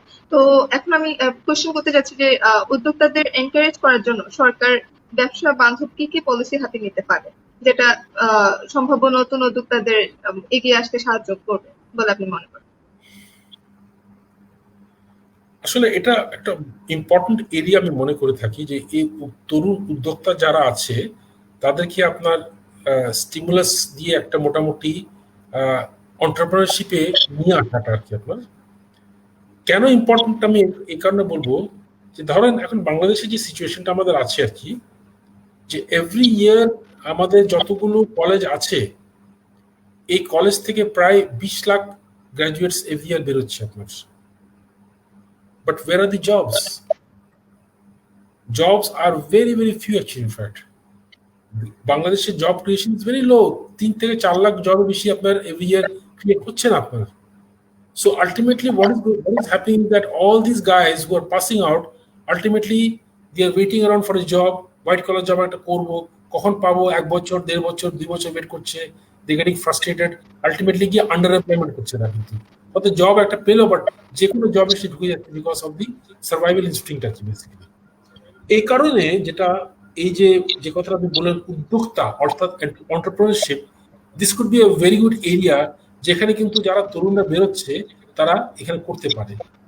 আমাদের মনে রাখতে হবে যে আমাদের যত ইয়াং আমরা থাকি, একটা স্কুল লেভেলের ছেলে, কলেজ লেভেলের ছেলে, আমরা যত বয়স বাড়ে আমাদের সৃজনশীলতা তত কমে যায়, ক্রিয়েটিভিটিটা তত কমে যায়। কেন কমে যায়? বিকজ আমরা যত বেশি বয়স আমাদের বাড়ে তত বেশি আমাদের ঘাড়ে রেসপন্সিবিলিটি এসে যায়, তত বেশি আমরা রিস্ক অ্যাভার্স হয়ে যায়, আমরা কোনো রিস্ক নিতে চাই না। কিন্তু আপনার ফ্যামিলি হয়ে গেল, আচ্ছা ছেড়ে দিয়ে যদি ব্যবসা করি, আলটিমেটলি যদি ফেল করি তাহলে কি হবে, আমি জব ছাড়তে পারবো না। I don't think out of the box. একটা স্কুলের ছেলেকে যদি আপনি একটা প্রবলেম দেন, কিছুদিন আগে একটা ভালো একটা হয়েছিল, একটা এক্সপেরিমেন্ট হয়েছিল আপনার বিদেশে, একটা এক্সপেরিমেন্ট করেছিল যে মার্শমেলো টেস্ট বলে একটা বলে থাকে। ওইখানে তারা কিছু স্কুল স্টুডেন্টসকে একটা বিজনেস ইস্যু দিয়েছিল এবং বলেছিল ক্রিয়েটিভলি চিন্তা করো, and they put some business executives along with the school children. Guess what? The school children did a better job compared to the business executives, experienced guys. Because experienced jara ache, they always go back to the experience. They do not think out of the box actually, in fact. But the school children, for them, there is no box. The world is a box. They think of anything actually, in fact. Right? এই কারণে দেখেন আমাদের উদ্যোক্তাদের যদি আমরা এখন থেকে যদি অনুপ্রাণিত করি, there's a lot of potential because they can bring some new ideas. প্রবলেমটা কোথায় আমি বলি আপনাকে, এখানে আসলে সমস্যাটা হয়ে যায় in the sense that I get very good ideas, but these ideas have to be commercially saleable. আমি মনে করি যে এটা ভালো আইডিয়া, কিন্তু পাবলিক যারা আছে তারা কি এই আইডিয়াটা খাবে কিনা is the question. It might be very creative, but is the market there for this creativity is the question. এই কারণেই দেখবেন যে ম্যাক্সিমাম উদ্যোক্তা যারা আছে অনেক ভালো ভালো আইডিয়া নিয়ে আসে, বাট যখন আলটিমেটলি গিয়ে they roll out in the commercial area, they find that আসলে কিন্তু এটা not commercially feasible, because the market is maybe very very small, or you are before your time. ওরা এখনো পর্যন্ত এই আইডিয়াটা নিতে পারছেন আর কি আপনার। এটা একটা বড় সমস্যা। নাম্বার ওয়ান, ওদের বিজনেস প্ল্যানটা তারা ঠিকভাবে করে না, তারা শুধুমাত্র চিন্তা করে আইডিয়া নিয়ে, they don't think of the business aspect, যে প্ল্যানটা আমি কিভাবে করবো। Point number one. Point number two হচ্ছে দ্য ফাইন্যান্স, যে ফাইন্যান্সিয়াল প্ল্যানিংটা ইজ অলসো ভেরি ইম্পর্টেন্ট। আমরা যেটা চিন্তা করি সেটা হচ্ছে যে এই প্রজেক্টটা স্টার্ট করতে আমার কত টাকা লাগবে, এটা আমি চিন্তা করি, ঠিক আছে, কিন্তু স্টার্ট করার পরে আপনাকে মনে রাখতে হবে maybe the first year you going to make a loss.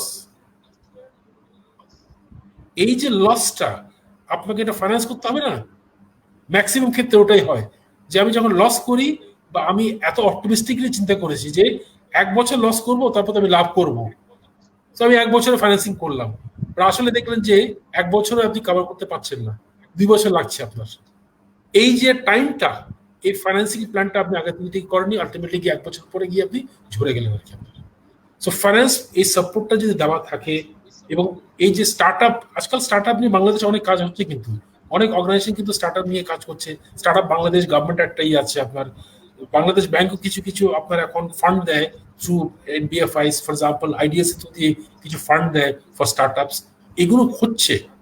But I think the important part is that start আপের জন্য আপনাকে ভালো করে নিজেকে প্রিপেয়ার করতে হবে in terms of where is the business, what is the business plan actually in fact, and is this idea commercially feasible or not, এটা আপনাকে ভালো করে বুঝতে হবে এবং আপনার রাইট স্কিলসটা আপনাকে নিতে হবে অ্যাকচুয়ালি।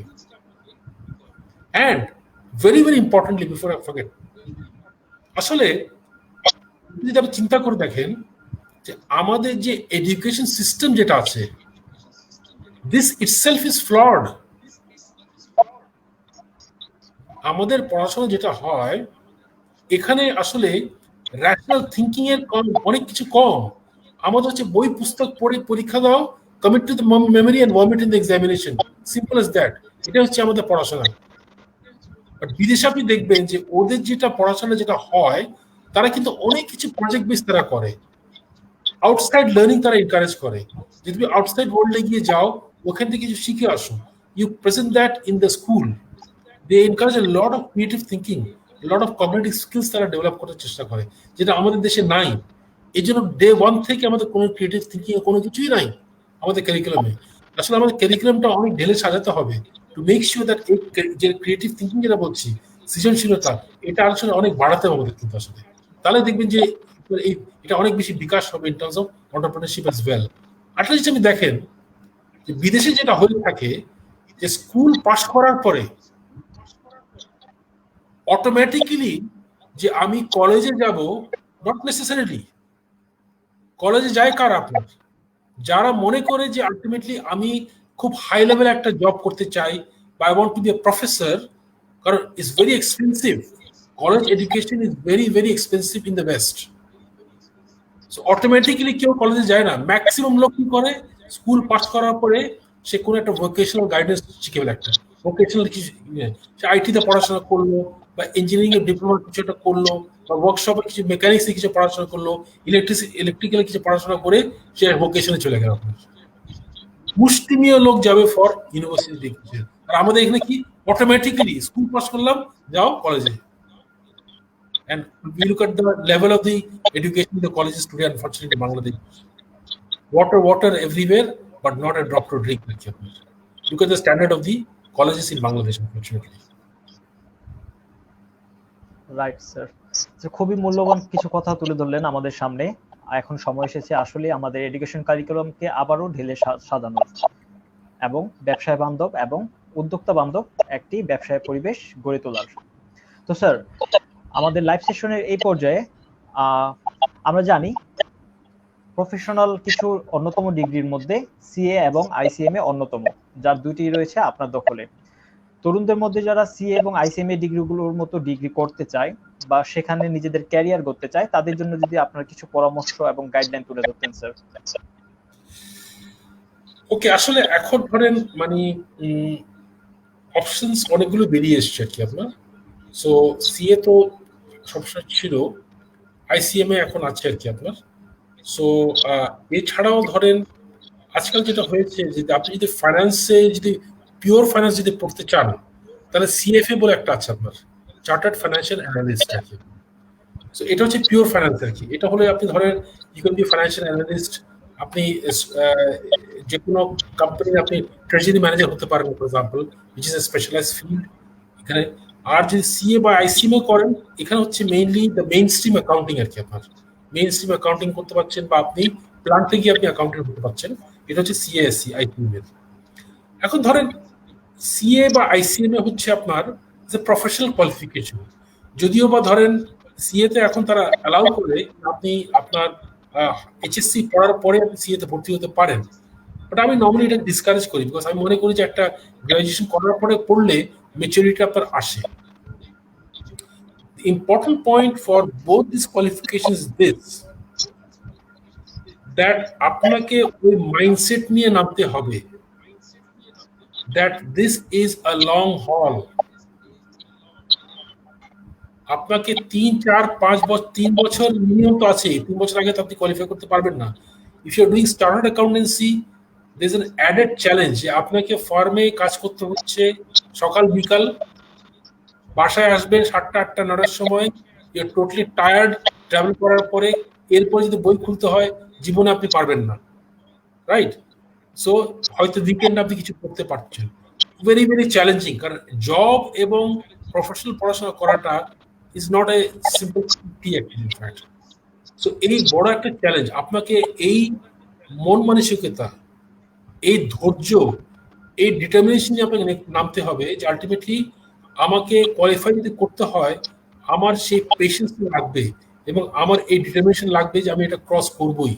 এবং অনেকে যারা মনে করে যে আসলে জবে ঢুকে যায়, জবে ঢুকে ঢুকে পরীক্ষা দেবো, এটা আসলে কখনোই হয় না আপনার ক্ষেত্রে। You don't pass because you can do this the time. তো যারা ঢুকবে, মাই অ্যাডভাইস ইজ দ্যাট যদি আপনার সে টাকাটা থাকে, সার্ভাইভ করার মতন 2-3 বছর যদি সার্ভাইভ করতে পারেন, আপনার টার্গেট হওয়া উচিত 3 বছর 3.5 বছরের মধ্যে কোয়ালিফাই করে বেরিয়ে যাওয়া। বিকজ না করলে ultimately you are in for a long haul actually, because জবে ঢুকে গেলে আলটিমেটলি দেখবেন যে আপনার টাইম নেই to qualify, and this are very very demanding exams actually. It's not that easy to cross this professional qualifications আর কি আপনার। সো এই মাইন্ডসেট নিয়ে আপনাকে নামতে হবে যে it's a very very long হল, এবং আমাকে সেই ডিটারমিনেশন নিতে হবে, নিয়ে নামতে হবে। Yes, once you qualify, definitely আপনার prospects অনেক বেশি, but be careful. It is a long haul. You need a lot of patience and you need the determination as well actually. তো আমরা একটা কমেন্ট সেকশন থেকে একটা কমেন্ট করে নিই। আমরা পারভেজ তার একটা কোয়েশ্চেন করেছে যে ম্যানেজমেন্ট ডিপার্টমেন্ট থেকে প্রফেশনাল কোন ডিগ্রি গুলো নিলে কর্পোরেট সেক্টর ভালো কিছু করা যাবে স্যার? সরি, আমি বলছি প্রফেশনাল ম্যানেজমেন্ট ডিপার্টমেন্ট থেকে প্রফেশনাল কোন ডিগ্রি গুলো নিলে কর্পোরেট সেক্টরে ভালো করা যাবে? ও ওকে, সো এখন ধরেন আপনার ম্যানেজমেন্ট বলতে তো ধরেন একটা হতে পারে যে MBA for example, let's say we are talking about MBA for example is one qualification, but having said that also আপনাকে বুঝতে হবে that MBA আজকাল তো MBA অনেকটা হয়ে গেছে যে সব ইউনিভার্সিটিতে MBA একটা কোয়ালিফিকেশন দিয়ে দেয় আর কি। তো সবে যে MBA হয় আলটিমেটলি ওটা দিয়ে যে আপনি একটা ভালো জব এক্সপেক্ট করবেন is quite unlikely I would say আর কি। এই কারণে আপনাকে যেটা দেখতে হবে, যদি MBA যে আসলে আপনি করতে চান, make sure you go to some of the top tier universities for MBA, otherwise কিন্তু জব পাওয়াটা is not going to be that easy. বাকিটা হচ্ছে ধরেন যেটা বলছিলাম যে at the end of the day এখন মানে ইন টার্মস অফ এমপ্লয়মেন্ট আর কি, আপনার এমপ্লয়মেন্ট কোন কোন সেক্টরে বেশি হচ্ছে, আপনার এমপ্লয়মেন্ট সেক্টর কোন কোন সেক্টর হচ্ছে? ফাইন্যান্স তো এখন অবশ্যই এখনো পর্যন্ত আছে, ফাইন্যান্সিয়াল সেক্টর আপনার সেলস এন্ড মার্কেটিং তো অবশ্যই এখনো পর্যন্ত আছে আর কি আপনার। এইচআর আর একটা ফিল্ড যেটা এখন মোটামুটি এখন একটু ইমপ্রুভ করছে in terms of employability as well আর কি আপনার। এখানে আপনার কিন্তু এখন কিছু আমরা দেখতে পাচ্ছি। আর বাকি যেগুলো কোর যেগুলো ফাংশনস আছে লাইক প্রোডাকশন আছে আপনার, বা লজিস্টিক্স যেটা আছে, সাপ্লাই চেইনটা এখন একটা নতুন একটা ফিল্ড বেরিয়েছে যেটা একটা স্পেশালাইজড কোয়ালিফিকেশন আপনি নিতে পারেন কিন্তু আপনার। এগুলো তো অলরেডি আছে। সো যেগুলো আমরা আগে আলাপ করলাম যে চার্টার্ড অ্যাকাউন্টেন্সি বা সিমা ফর এক্সাম্পল, ICMA বা CFA যেগুলো করলাম, এটা পোস্ট কোয়ালিফিকেশন করলে আলটিমেটলি আপনার প্রসপেক্টসটা অনেক বেড়ে যায়। আজকাল গ্র্যাজুয়েট হওয়ার পরে যে আপনি একটা জব পাবেন, জব হয়তো এন্ট্রি লেভেলে জব পাবেন আর কি, বাট আপনাকে যদি একটা লাইফে একটা সার্টেন লেভেলে যেতে হয়, একটা হায়ার লেভেলে যেতে হয়, আপনার প্রফেশনাল কোয়ালিফিকেশন আপনার লাগবে আসলে। তো এই পর্যায়ে আমি জানতে চাইছি যে ক্যারিয়ার সাকসেসের পেছনে আপনাদের মূল মোটিভ মন্ত্র কি ছিল, এবং আমরা যারা ইউথ কর্পোরেট সেক্টরে নিজেদের লিডিং পজিশনে দেখতে চাই, তাদের ক্ষেত্রে আমরা মানে আমাদের কি কি স্কিল ডেভেলপ করতে হবে বলে আপনি মনে করেন? ওকে, ফার্স্ট পয়েন্টে যেটা আপনি বললেন দ্যাট ক্যারিয়ারে সাকসেসের পেছনে আপনার মূল মন্ত্র কি? How did I, let's say, achieve success? Is that a question? Yes. Is that my question? Is that a question? I mean, how did I get this success basically? এটা এইভাবে বলছেন নাকি? অনুপ্রেরণা কি ছিল আপনার এই মানে? অনুপ্রেরণা কি ছিল? অনুপ্রেরণা ছিল যে I wanted to be somebody. Simple as that. So I wanted to be the 2 amongst the 100 আর কি। এটাই ছিল আমার অনুপ্রেরণা আর কি আপনার। যে আমি যদি দুজনের মধ্যে হতে পারি তাহলে আলটিমেটলি মানুষ তো আমাকে চিনবে যে উনি একজন, ওই দুজনের মধ্যে একজন আর কি আপনার। এটাই ছিল আমার অনুপ্রেরণা আর কি আপনার, যে চ্যালেঞ্জ একটা নেওয়াটা আর কি আপনার, যে আমি একেবারে শিখরে যাবো কিছু নিয়ে আর কি আপনার। এটা ছিল আমার অনুপ্রেরণা আর কি আপনার। So does that answer your question? আরেকটা হচ্ছে যে আমরা যারা ইউথ কর্পোরেট সেক্টরে লিডিং পজিশনে থাকতে চাই, তো আমাদের কি কি স্কিলগুলি ডেভেলপ করতে হবে? ওকে, এখানে কয়েকটা স্কিলস আমি একটু মানে হাইলাইট করবো আর কি। The first thing is this, that আমি যাই করি আমাকে জিনিসটা বুঝে শুনে করতে হবে, শিখতে হবে। The important thing is that whatever job I do, আমাকে এটা ভালো করে শিখতে হবে, because at the end of the day একটা অর্গানাইজেশনে আলটিমেটলি আমরা যেটা দেখি যে এন্ট্রি লেভেল জব ছাড়া বাকি সব ক্ষেত্রে আমরা প্রথমেই দেখি কি জিনিস, যে আপনি কি করে এসেছেন, what is your experience, number one, but more importantly, what are your challenges, what were the challenges that you faced, and what are your achievements. Job তো আমরা সবাই করি, কিন্তু এক্সেপশনাল কাজটা আপনি কি করে এসেছেন, এবং এই এক্সেপশনাল কাজ করার জন্য আপনাকে শিখতে হবে। This is point number one. So right experience is very important, এবং যে কাজটা করবেন ভালো করে কাজটা করবেন এবং শিখবেন। আমি যেটা বলে থাকি দ্যাট শিখার কোনো শেষ নাই, আমাকে সারাক্ষণ শিখতে হবে, বিকজ আপনি যে সাবজেক্টে 10 বছর আগে পড়েছেন, that subject has totally change now. কোনো মিল আপনি পাবেন না।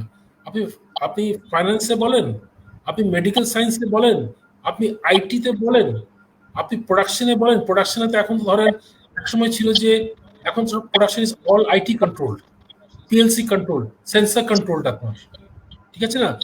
যারা আগে কাজ করেছে, যাদের এখন আইটি নিয়ে কোনো নলেজ নেই, তারা কিন্তু প্রোডাকশনে কাজ করতে পারবে না। So ultimately what I think is that আপনাকে স্কিলটা অলওয়েজ আপনাকে ডেভেলপ করতে হবে অ্যাজ ইয়ার্স গো বাই, এবং স্কিলটা আপনাকে যে বর্তমান যে ডিমান্ডটা আছে, এই স্কিলটা আপনাকে নিতে হবে। Like as I am saying that IT skills, ফাইন্যান্সের লোক যদি আইটি স্কিল না থাকে, he will be useless financer. Absolutely ফাইন্যান্সে বুকিং বলে এখন কোনো কিছু নাই। ফাইন্যান্স হচ্ছে এখন অ্যানালিটিক্স, ফাইন্যান্স হচ্ছে এখন আইটি, বেসিক্যালি নাথিং এলস। কিন্তু হাউ ইউ অ্যাপ্লাই ফাইন্যান্স, একইভাবে মার্কেটিং বলেন, একইভাবে প্রোডাকশন বলেন, এখানে IT is gone in a very very big way. Few other things, এক নম্বর হচ্ছে your communication skills is very important, because at the end of the day মনে রাখবেন যে it is not enough what you know, it is also very important to show others that this is what I know and this is why I'm so good at it. Actually, in fact, আপনাকে নিজেকে প্রকাশ করতে হবে। নিজেদের সেলের মধ্যে রেখে দিলে কোনো কিছু হবে না। Life is all about selling yourself, is all about marketing. Marketing সব দুনিয়াতে সব জায়গায় চলে গেছে। আপনি প্রোডাক্ট বিক্রি করেন বা আপনাকে নিজেকেও বিক্রি করতে হবে, কিন্তু আপনি ইউনিভার্সিটিতে, আপনি ইন্টারভিউতে যান, আপনাকে নিজেকে সেল করতে হবে actually. So ultimately life is all about selling yourself, having the communication skills as well, and keep learning. Learning এর কোনো শেষ নাই আর কি, ঠিক আছে না? এটাই মোস্ট ইম্পর্টেন্ট পয়েন্ট আর কি আপনার। আমাদের এই লাইভ সেশনের আমরা এখন একটা নিয়মিত পর্যায়ে চলে যাব। তো এখন আমরা একটা কুইক আনসারিং সেশনে চলে যাব। তো স্যার, আপনাকে কিছু শর্ট কোয়েশ্চেন করা হবে, তো আপনি অনুমতি দিলে এখন আমরা শুরু করতে পারি। Sure, most certainly. First question, sir আপনার প্রিয় জায়গা কোনটি ট্রাভেলের ক্ষেত্রে? প্রিয় জায়গা তিনটা আছে আমার, একটা না। আচ্ছা, একটা হচ্ছে আমার গ্রাম। আমার গ্রামটা খুব ভালোবাসি আমি। আপনি যদি আপনার ফেসবুকে থাকেন, আপনি দেখবেন যে প্রায় আমার গ্রাম নিয়ে আমি লিখি, বিকজ এটা আসলে একটা ইউনিক গ্রাম আর কি একটা।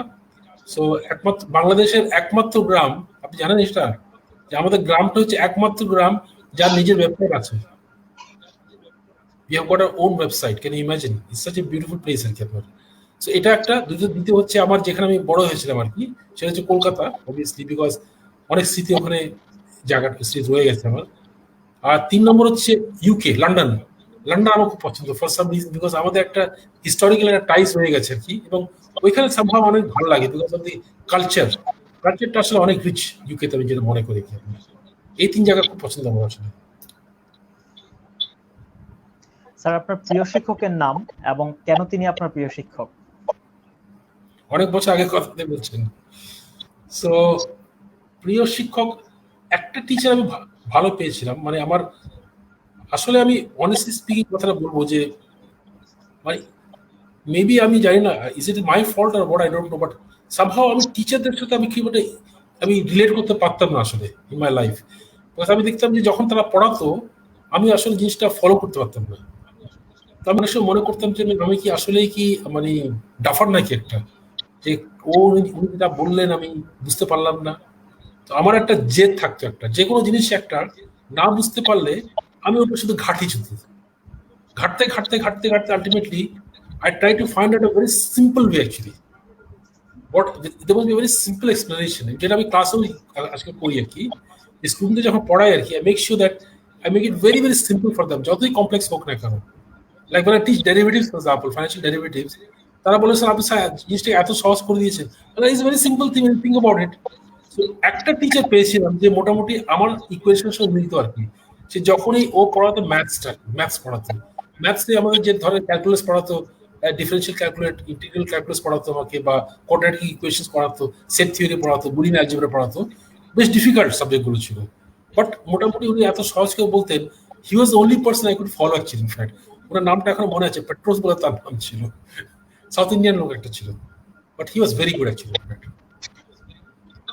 আপনার ক্যারিয়ারের সেরা অ্যাচিভমেন্ট কোনটি ছিল? অনেকগুলো, আমি একটা বলেছিলাম একটু আগে, মনে আসতো ওই যে লাফার্জে ছিল আপনার অনেকগুলো অ্যাচিভমেন্ট। এটা অনেকগুলো এক্সাম্পল আছে, লাফার্জে ছিল, বিএটিতে ছিল, অনেকগুলো ছিল আপনার এটা আসলে। কিন্তু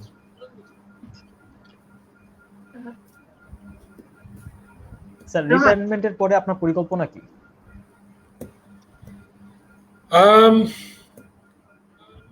একটা তো জিনিস হচ্ছে যে so far as I am live, সামর্থ্য যদি থাকে পড়াবো, because it's something which I get a lot of enjoyment. Because এখানে আসলে দেওয়ার কিছু আছে, সোসাইটিকে দেওয়ার মতন কোনো কিছু আছে আমি মনে করি, এবং এখানে আমি I get a lot of pressure in teaching as well আর কি।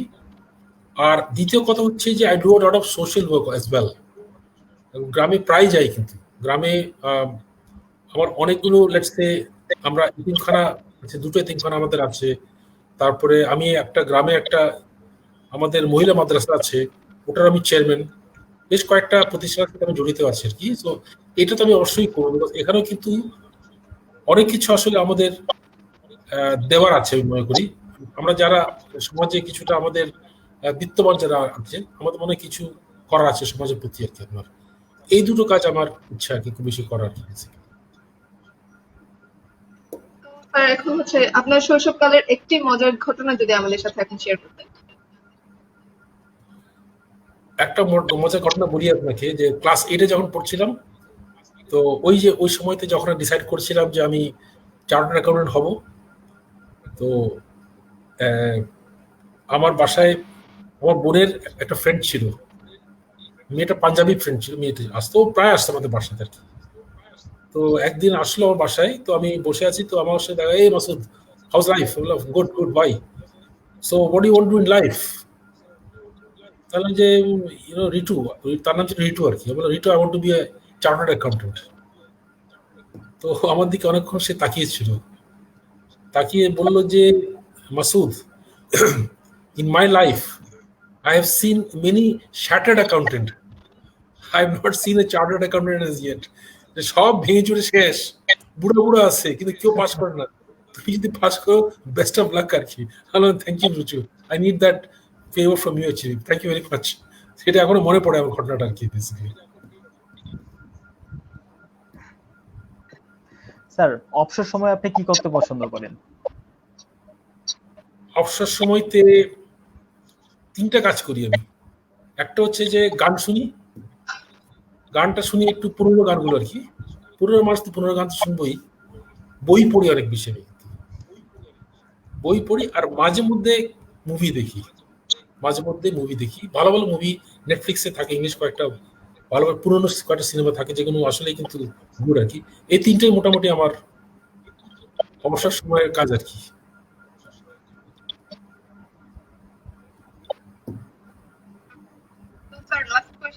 তো স্যালারি নাকি অভিজ্ঞতা, কোনটা ফ্রেশারদের বেশি গুরুত্ব দেওয়া উচিত জব লাইফের ক্ষেত্রে, এন্ট্রি ক্ষেত্রে? Salary should be the একেবারে towards the end, absolutely, you might say. If you talk of, let's say, a জবের মধ্যে the first important point is that what is the job environment, আপনার working এনভায়রনমেন্টটা কিরকম হবে, এবং এই জিনিসটা আপনাকে আগে থেকে জেনে নেওয়া উচিত। আপনার নেটওয়ার্ক যদি কেউ থাকে ওই কোম্পানিতে, তার কাছ থেকে আগেই জানা উচিত যে এখানে কাজ করে কিরকম অবস্থাটা আর কি। Because at the end of the day আপনি স্যালারি ঢুকলেন, আপনি 1 মাসও টিকতে পারবেন না যদি আপনার সেরকম টিমটা ওখানে না থাকে, বা ওয়ার্ক এনভায়রনমেন্টটা যদি সেরকম না থাকে আর কি। So work environment is number 1। Number 2 হচ্ছে যে relevant experience is very important also. prospects for growth is very important as well also. And last but not the least is the salary part. Salary is very important আমাদের survive করার জন্য, but it should be very much low in the order আর কি আপনার। Most important part হচ্ছে the work environment and what experience you can gather here actually. Very true sir. এরই মধ্যে দিয়ে আমাদের কুইক অ্যান্সারিং সেশন শেষ হলো। ধন্যবাদ স্যার আপনাকে। আমরা প্রিয় দর্শক শ্রোতাবৃন্দ, আমরা ইতিমধ্যে আমাদের লাইভ সেশনের একেবারেই শেষ পর্যায়ে চলে এসেছি। এই মুহূর্তে আমাদের আজকের অতিথি মাসুদ খান স্যারের কাছে আমরা অনুরোধ করব আমাদের অডিয়েন্সদের উদ্দেশ্যে কিছু উপদেশমূলক কথা বলার জন্য। So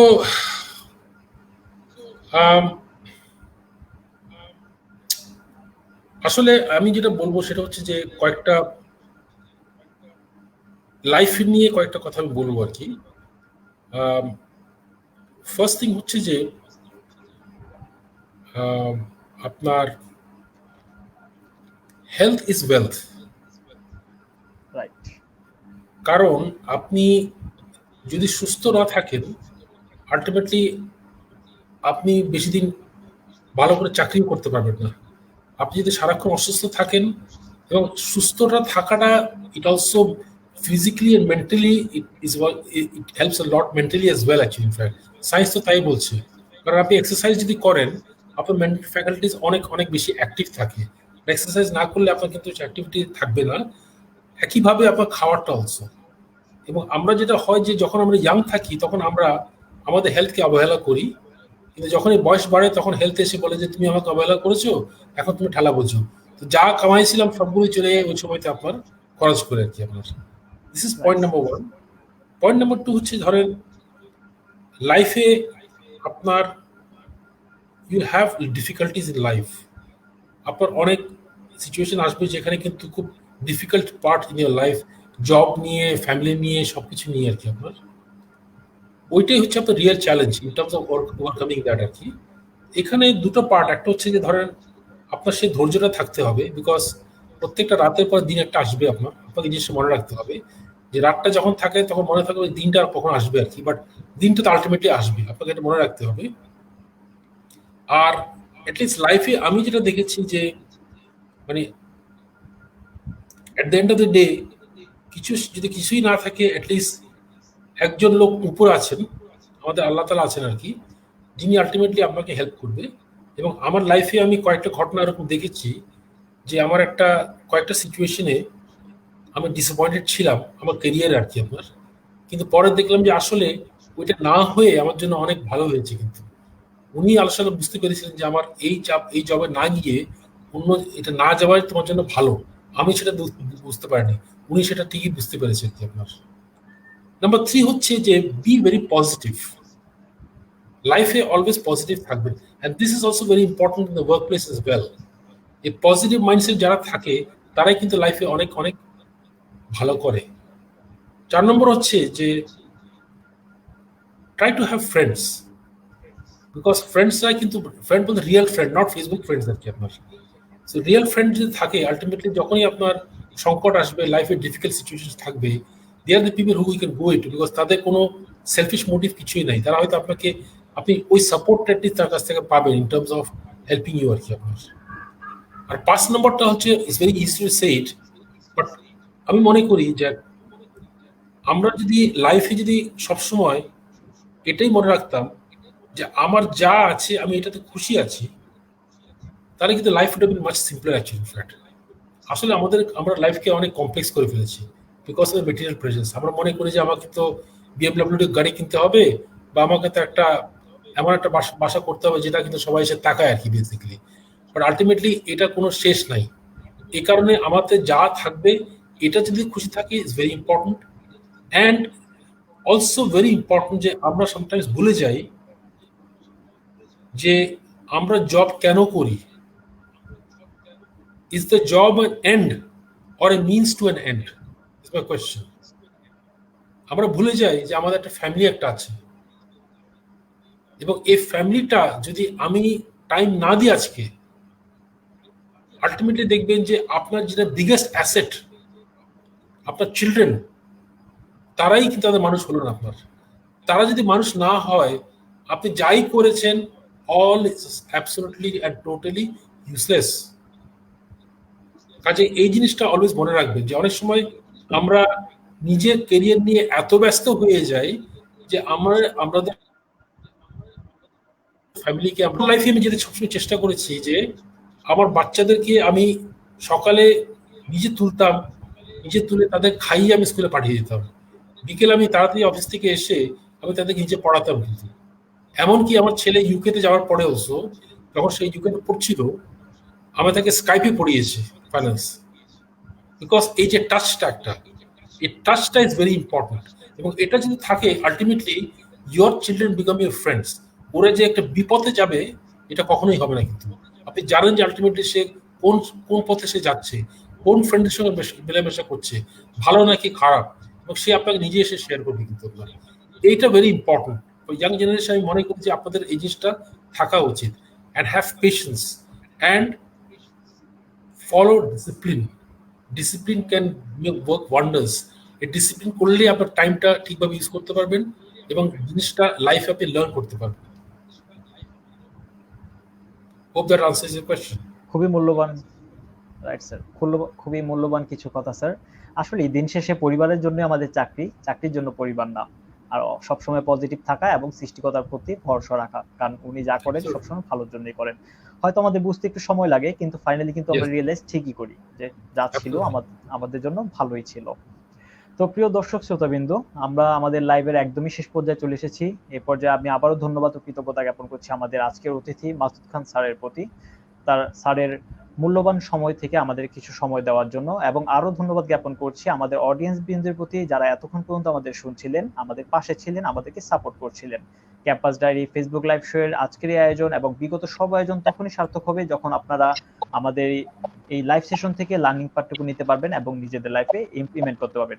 তো আজ এই পর্যন্তই, দেখা হবে ক্যাম্পাস ডায়েরি লাইভ শো এর অন্য কোনো এপিসোডে অন্য কোনো অতিথিবৃন্দের সাথে।